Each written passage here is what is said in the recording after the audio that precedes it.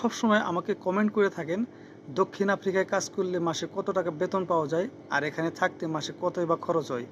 তো আজকে 2026-এ আসল সত্য চিত্রটা আপনাদের সামনে তুলে ধরবো। তো ভিডিওটা শেষ পর্যন্ত দেখতে থাকুন। আর যারা আমার চ্যানেলটিতে নতুন অবশ্যই চ্যানেলটি সাবস্ক্রাইব করে বেল আইকন বাজিয়ে রাখবেন, যাতে নতুন নতুন ভিডিও আপলোড দেওয়ার সাথে সাথে আপনারা পেয়ে যেতে পারেন। তো আর কথা না বাড়িয়ে আজকে মূল বিষয়ে আলোচনা করা যাক। এখানকার বেতন সাধারণত আপনার কাজের ধরনের উপর নির্ভর করে। আপনি যদি সাধারণ শ্রমিক হয়ে থাকেন তাহলে আপনার বেতন 8 থেকে 12,000 র্যান্ডের মধ্যে হবে। আর যদি আপনার কাজের স্কিল অনেক ভালো থাকে তাহলে আপনি 20,000 র্যান্ড আয় ছাড়িয়ে যেতে পারেন।